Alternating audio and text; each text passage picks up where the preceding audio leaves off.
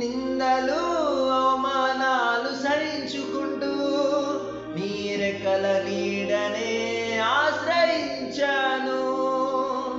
నిందలు అవమానాలు సహించుకుంటూ నీ రెక్కల నీడనే ఆశ్రయించాను. నీ వాగ్దానములను చేతపట్టి నీ వాగ్దానములను చేతపట్టి నీ ముఖముపై దృష్టి ఉంచినానయా.